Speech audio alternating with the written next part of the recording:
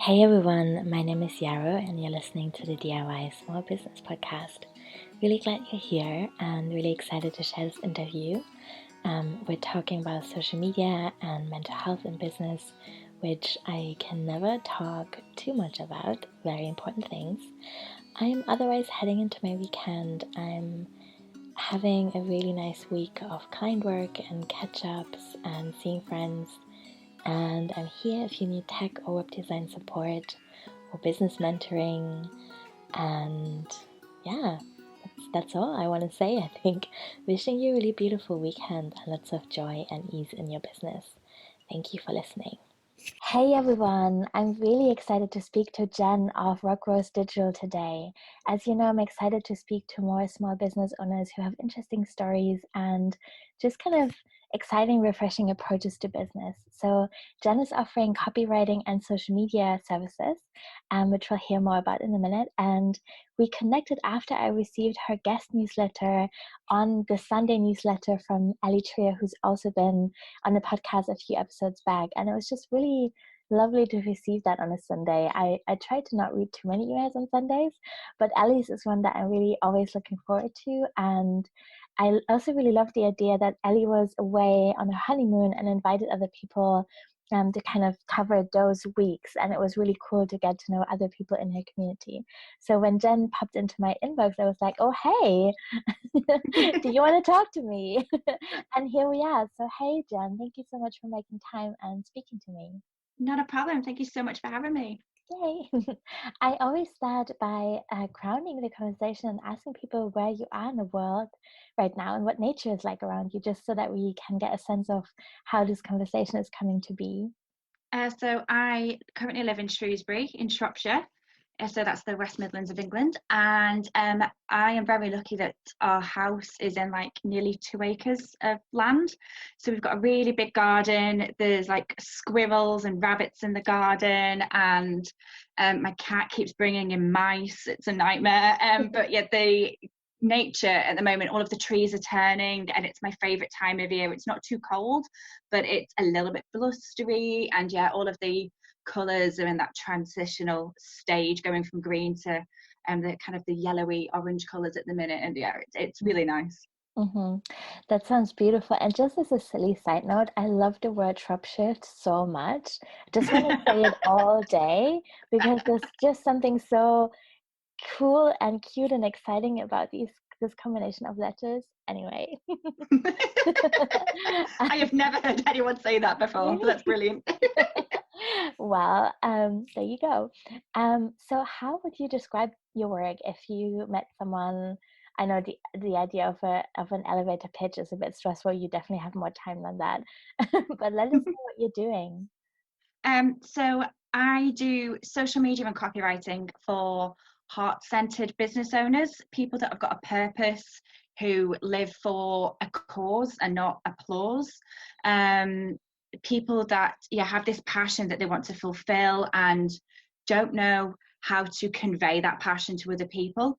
So I try and help them find the words that they need and try and find their community and create that community feel around their business. And I really try to focus on the people and not the numbers, kind of very much like Ellie's ethos of love over numbers. It's all about connections rather than how many followers you have. Mm-hmm. Yeah, I think that's so important because it's so easy, especially when we're starting out, to get really hung up on those numbers and get into comparison and worry that we're just not doing something right. And actually, I think, yeah, it's meant to be fun and connect us to other people and give us a space to share about our work in a way that's kind of meaningful and authentic and honest and doesn't feel like constantly shouting from the rooftops, right? Exactly. And so my background before digital was hospitality. That's what I did for 12 years. And the kind of basis of hospitality, certainly for me, because I was working for smaller, independently run boutique venues, there was that focus on learning everything you could about your regulars and what dishes they preferred, what table they preferred, all of those little things. And every time they came to visit, you would build on your relationship with them.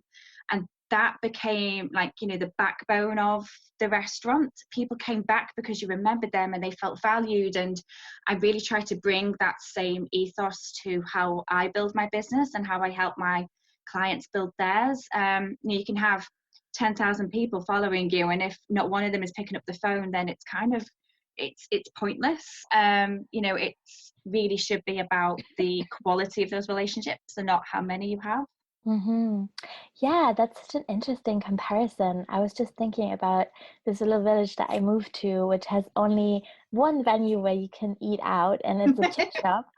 And in the chip shop, they already know how I like my chips, and they don't even ask if I want salt on them anymore. And they know that I'm bringing my little Tupperware thingy because I don't want to create more plastic waste, and no one is rolling their eyes anymore. It's really cute, and I feel so appreciated. So actually, yeah, that's a beautiful way of looking at it. Yeah, cool. So I would love to hear a little bit more about how you made that transition from hospitality to starting your own little studio or agency. I don't know which word you like to use, but I know that you also started with no capital like me, which always makes my heart sing. And I'm always like, whew, other people do it too, and I don't want to pretend or like, you know, just pretend that it's so easy. If you just have 50 grand, you can do it too. Yay. Yeah. So I was in hospitality for 12 years, and that, like, my final position was managing a Michelin star restaurant, so it's like quite high caliber. And something really, really horrid happened at that last venue, and I was like, okay, enough is enough. Like, I can't do hospitality anymore. And all of my life had been hospitality up until that point. That was my vision for the rest of my life. I had no other skills necessarily, no other experience, even though I'd learned so many skills in hospitality. I knew nothing else. And so after hospitality, for about 2 or 3 years, I was doing temp job after temp job. Just everything was quite soulless and really not giving me any fulfillment. I had no purpose whatsoever. I didn't know what I wanted to do with my life anymore. Previously, my vision had always been to run my own venue, and yeah, that had kind of been taken away from me so unexpectedly, and I didn't know what to do with the rest of my life. And then when I was in hospitality, I did social media and marketing for quite a few of the venues that I worked in, and it came really naturally to me. Writing bits for websites, and I really got a knack for it, and I really enjoyed building up relationships online as much as I did offline, and I saw how much more it kind of amplified those real life connections. You know, the fact that I've been able to keep in touch with people and see what they were eating in between visits to me and stuff. So I guess social media and digital marketing kind of felt like a natural progression for me. It was a similar sort of instant gratification that I got as well. You know, you can see instant results as soon as you post something on Instagram, and in the same way that I would see instant satisfaction from giving someone a plate of food. So it felt like a natural progression for me. And after 2 years of drifting, someone that I had worked with previously, she ran her own digital agency. So I was working for her, and I still didn't feel valued or recognized as such. Like, my work wasn't being paid for. It was kind of like an add-on, and there were a lot of other issues, like I wasn't getting paid on time and all sorts of stuff. It was really icky. A lot of the lessons I've learned about how to run a business has come from them, and like how not to run a business. And then it was December 2017, the week before Christmas, I got made redundant. And yeah, I had no money to my name. This agency were really good at paying me late. I'd had a lot of bank charges because they paid me late, and things were just a bit of a nightmare. My mental health was terrible, the worst it's ever been. I was looming, like my 30th birthday was looming, and Oh my God, wow. yeah, I felt like my 30 years so far hadn't lived for any, like I had no purpose. I was single, in debt, no job, like not wanting to get out of bed at all. I didn't feel like I had a reason to keep going. So things were really shit. Sorry for swearing. No, that's fine. Yeah, and I didn't want to make it to my 30th birthday. Things were really bad. And then, I set up Rock Rose. I think it was the 2nd of January, 2018. And I didn't get any clients for 2 months. I just kept chipping away, kind of showing up on Instagram, giving value and trying to help people.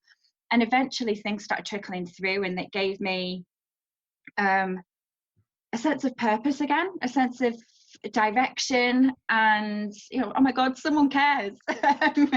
Like, I have to now show up for someone else, and that sense of responsibility. And it's kind of grown from there, and I couldn't imagine doing anything else. Like, to start off with, I had no intention of running my own business or doing it for a long time. It was just a way to keep the roof over my head and keep my cat fed.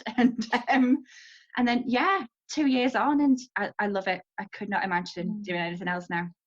That's so beautiful. Thank you so much for sharing. I mean, not just beautiful, also incredibly difficult and really hard, and such a big, it sounds like a really big Saturn return. I'm not sure if you're into astrology, but I think there's this idea that at the end of our 20s, for many of us, like, lots of things come to our head. And in your case, it sounds like extra difficult with so many things happening in a really short period of time, and feeling a bit lost in between, like, the job and the being paid late and all the difficulties with that. Like, I so can relate to the anxiety of, like, and the shame also of having to ring people up again and again and say, like, hey, you still haven't paid me.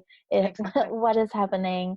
That is such an awful, disempowering situation to be in. And so well done for finding a better way of doing it. That's really cool. Thank you.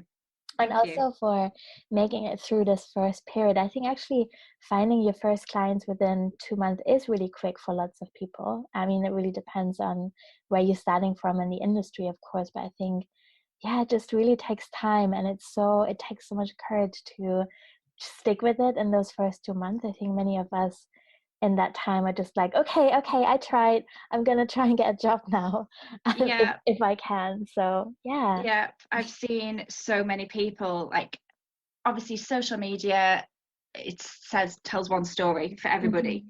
And people only show the good bits. They don't show how long it does take to get that first client, or how long it does take to start actually making money, and being able to cover your bills. And like, cash flow sometimes still is an issue. You can't predict when people are going to pay, or if they're going to pay late and stuff. So it can still be an issue. But now I am at a point where it is a lot more regular. I do have steady income, and it's wonderful. I'm now making more money than I ever have done in a salary job.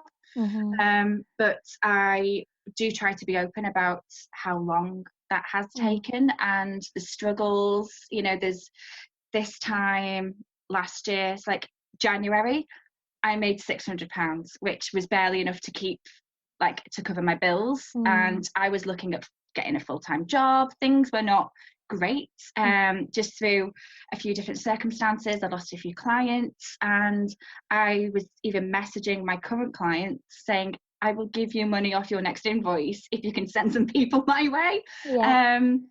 And like, now I'm earning a lot more than £600, which is great. But it's those struggles that aren't shown. And there's so many people that freak out that it's taking a few months, 6 months maybe, before they start seeing any real progress. And I think it's really important to be open about that. Things don't happen overnight unless you are very, very lucky, or you've done it in a very considered, timely, transitional way. But it was a sink or swim thing for me. I had no job, and I needed to keep the roof over my head. Like, at the time, I was living in a flat that had a meter for the electricity. So there were a number of occasions where I would shower in the dark, or had to make a decision between food and heating. It was really miserable. And I am so grateful that things have changed so quickly, and I am now in such an amazing position compared to 18 months ago. Thank you for sharing that. I also want to say, I feel like even after years of things becoming a lot more stable and this really like this grounding into the trust that the next project and the next client and next payment is always coming, there's still moments, because I think we live in a culture where having a period of that kind of struggle is so shaking our core, because there's no real solidarity or backup plan, and you can lose so much in such a short period of time, that even for me now, I'm approaching my 5th birthday now, and I had similar experiences in my first and sometimes in my second year in business. I still have these moments where I just need to stock my cupboard with dried food until it bursts, just to kind of really feel like I'm safe now. This is okay. I can pay rent. It's going to be great. And yeah, and I think talking about that and unshaming it really, really helps so much.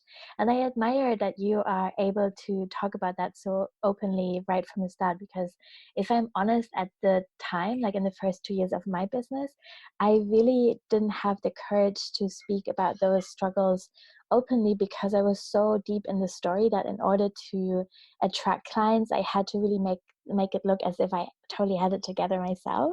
Oh Because yeah, I I completely get it. yeah. Because I thought otherwise, who's going to hire me? They're just going to be worried about me missing deadlines. And the truth is, I really can't remember ever having missed a real deadline, or like ever letting a client down on a promise I've made. That doesn't mean my work is always perfect. I definitely make mistakes, but I actually have such a strong sense of responsibility, sometimes to an extent that isn't even good for me. But yeah, so I wonder if you have any tips on finding courage to really be yourself in business, or like what has made that easier for you? I think maybe the stuff that I went through before I started my self-employed journey, the thing that made me leave hospitality was really horrid, and I had PTSD for 6 months afterwards and went through counselling. And I think it was that counselling process that allowed me to really take ownership of myself and my life and my direction. And the counselling did a lot of internal work. So I kind of, I guess, stopped caring too much about what other people think, and just tried to find, like, I actually listened to my own convictions for the first time in my life, and went with what my heart felt was right. And I think I've learned to just be open, embrace me for me, and if people don't like it, then they don't like it. They don't have to, but then the people that do, they're my people, and I'm never letting them go. Yeah. That makes sense. Thank you. I'm also wondering, like, what your relationship to social media generally is like right now. I really love what I saw of you online. I'm not on social media myself anymore, but you just have such a nice, inviting, warm, honest voice.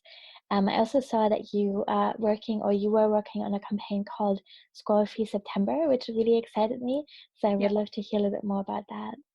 Yeah, so my relationship with social media, I think I do struggle with it. It is my main form of procrastination, and I always kid myself that it's for work when, hours have passed and I've not actually done anything productive. And I am aware of that. If I start my day by picking up my phone, then it's kind of game over from there. I really struggle to regain that control on it. And I know it's something that I need to work on.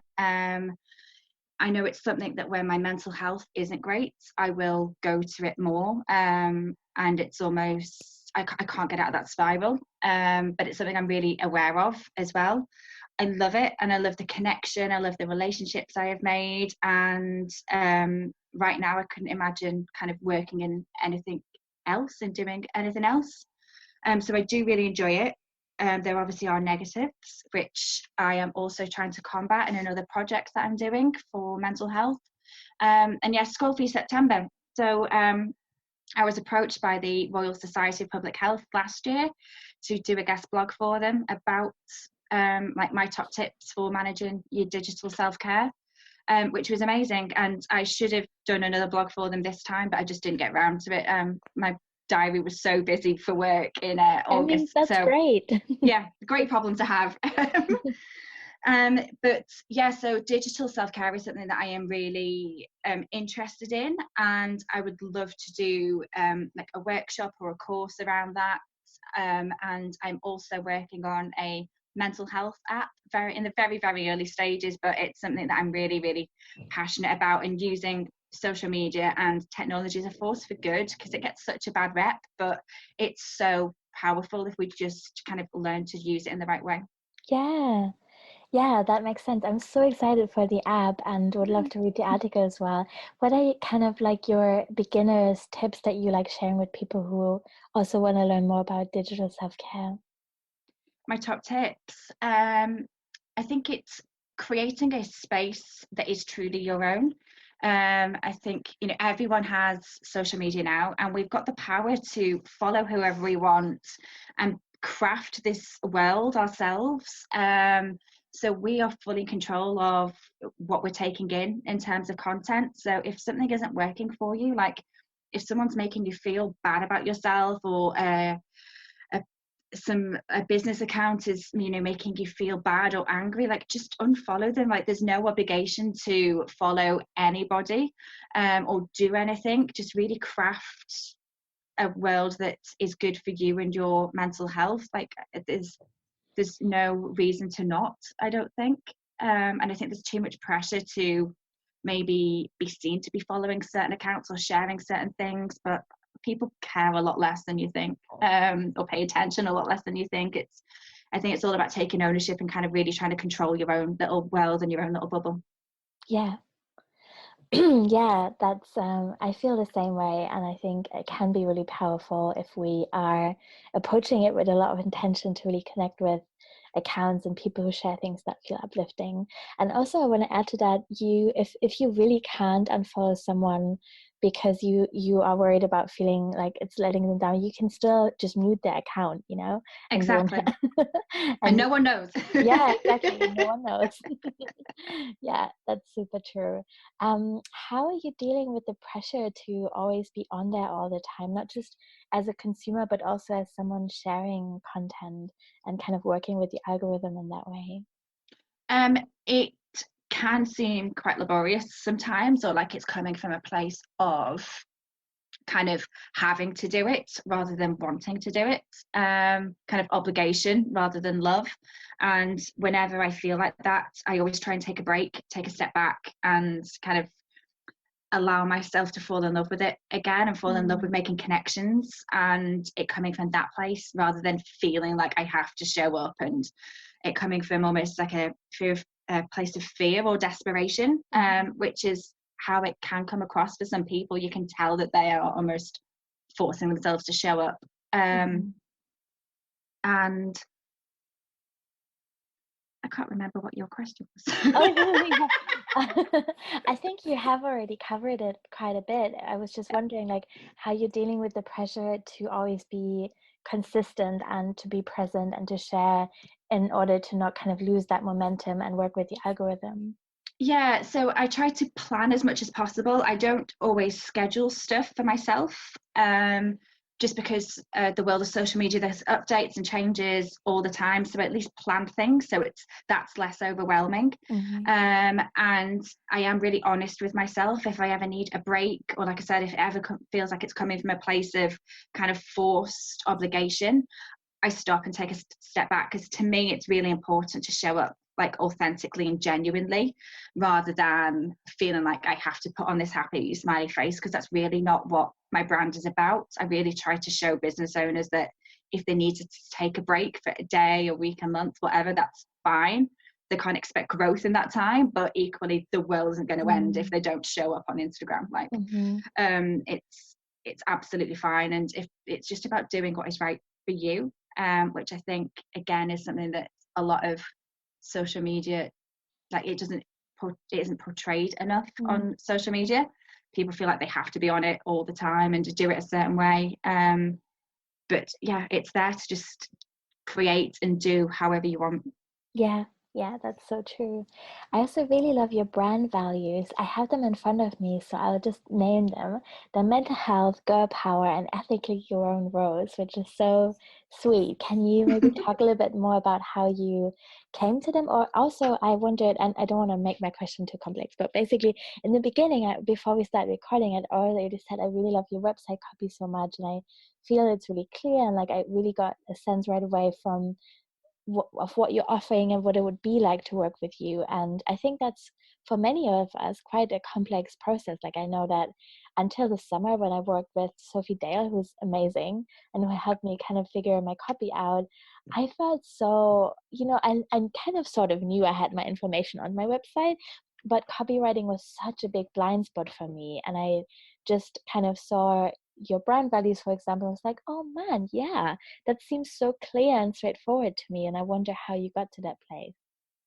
I think I really wanted to make sure that I stamped my identity and how I'm different to other social media people. There's so many social media managers out there. There's a lot of courses now for that you can learn online how to do social media, and it's a lot of mums or working mums, stay-at-home mums that are now picking up social media as a career because it's quite flexible around being a working mum, which is fine, and it's amazing that so many people are wanting to do social media, but it means that I've had to try and work quite hard at crafting myself my own little unique position and pocket of this industry. Mental health is something that's really important to me, not just because of my history with anxiety and depression, but it's how I've shaped my business. It's how my business has grown, and I do take it really gently if a client isn't necessarily the right fit for me, either before or during working with them.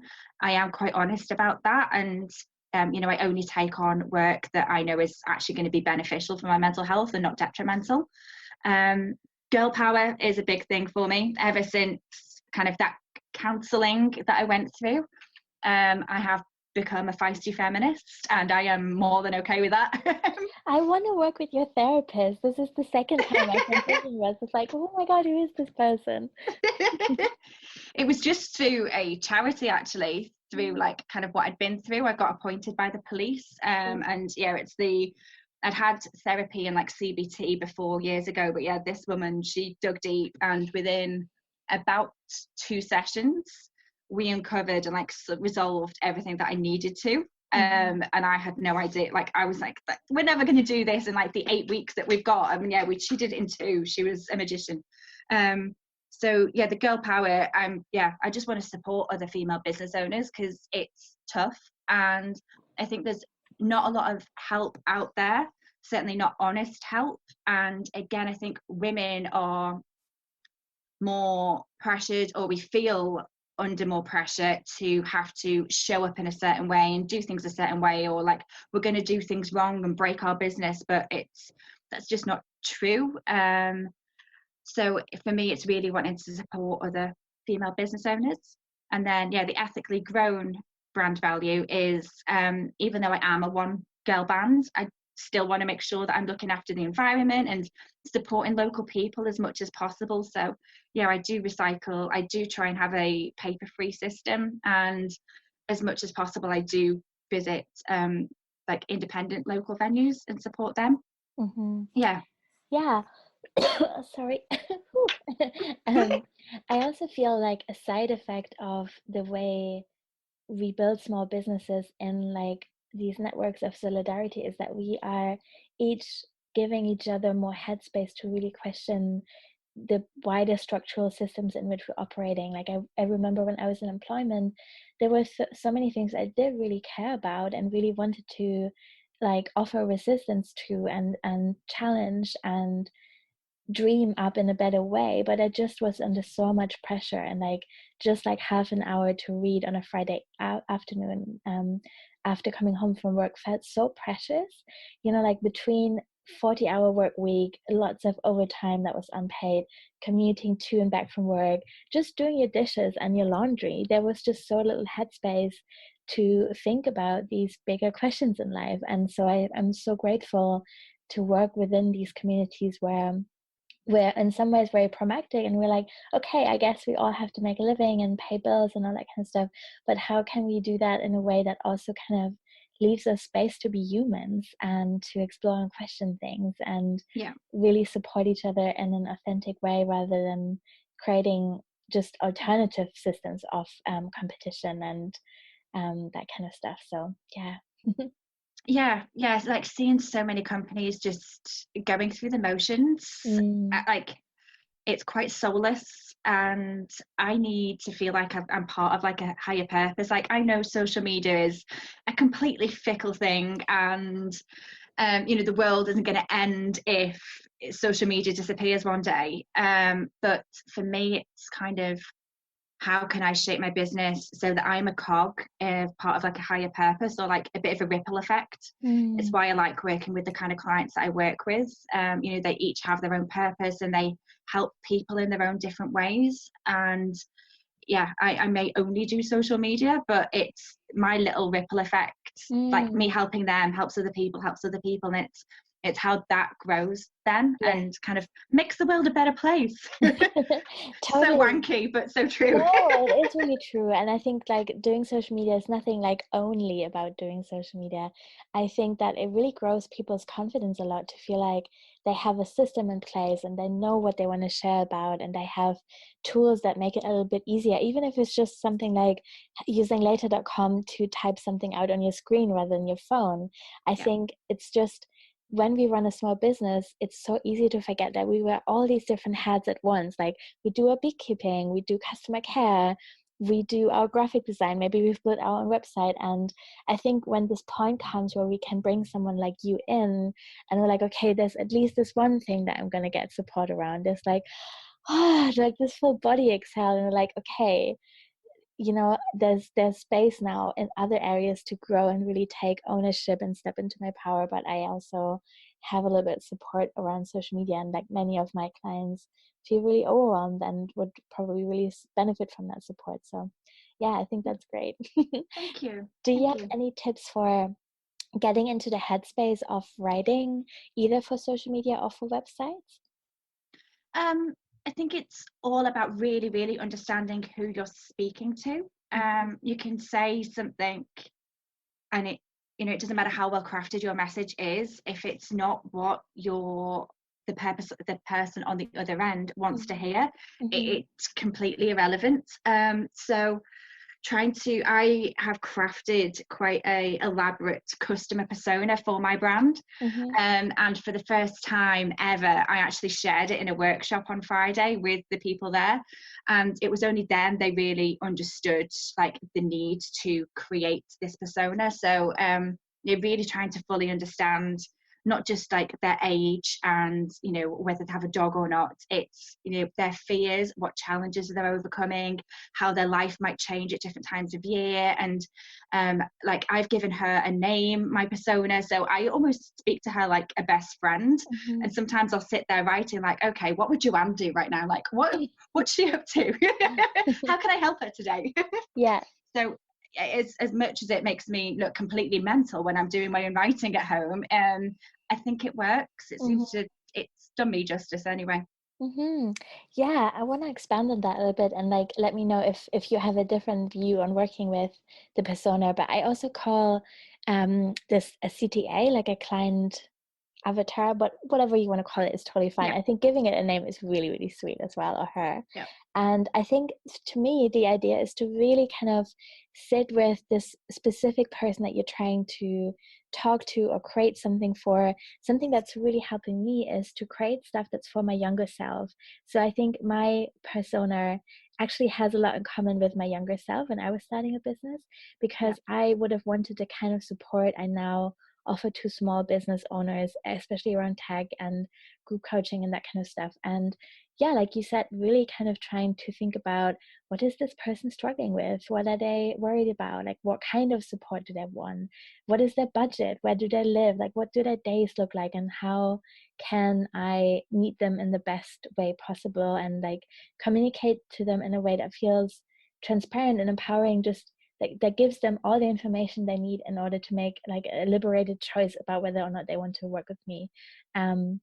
I think that's so helpful. And sometimes I hear people get a little bit stuck around this idea of like, okay, but if I identify this person so clearly, like, what about everyone else? But I think actually that's kind of almost irrelevant, because as long as you create the space in which you can really express yourself and create while you're thinking about this particular person, this will inevitably be attractive to other people as well. And we're not all the same. It's totally impossible to predict what every single one of your customers ever wants.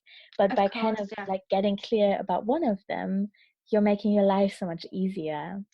Well, yeah, that's exactly. I think at my workshops, a lot of people, when I do this exercise with them, they immediately think of their broad spectrum of all of their clients. I'm like, no, no, no, like whittle it down to like that person that really lights you up, that gets you out of bed. Like that's your reason for getting out of bed every morning. You know, they're going to tell every single person about how amazing you are. They are going to be your biggest fan. That's your person. Mm-hmm. And it doesn't negate anybody else at all. It attracts the right people, the people that buy into it. You know, if you show up as this persona consistently, your audience, they might not necessarily fit that model perfectly, but then they can understand enough about you to make a decision then as to whether you are for them or not. Mm-hmm. Like not one of my clients fits my persona perfectly by any means. Mm-hmm. Like she's quite liberal and like down to earth and a little bit of a hippie, and quite flamboyant in some respects, but also a really like down to earth, like motherly type.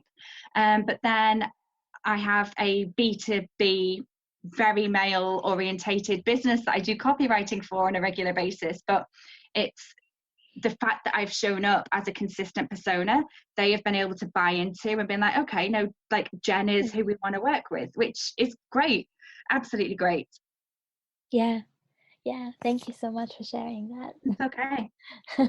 Is there anything else that you would like to share with us before you go? Anything that comes to mind? Um, The only thing is that I'm doing consultations at the moment. I have 8 spaces left for the rest of the year.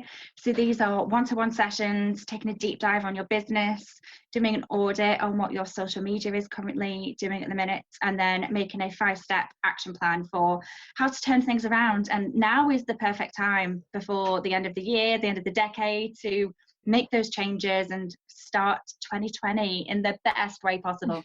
So yeah. Yes, I was gonna ask next what you're currently offering. Where can Yeah. people find you if they want to know more? Instagram, Facebook, and Twitter. All Mm-hmm. of my handles are the same at Rock Rose Digital, and also rockrosedigital.co.uk. Cool. And we'll link to that in the show notes as well. So Also, oh my God, it's also the end of the decade. You're totally I know, right. Oh my God. so scary, isn't it? Like, where did that last 10 years go? Yeah, that's so wild. Thank you for bringing that to my attention. And thank you so much also for everything else that you shared. I'm excited to share this conversation, and I'll link to everything in the show notes. And it's just been really great to talk to you. Thank you. No, thank you so much. Thank you, Hun.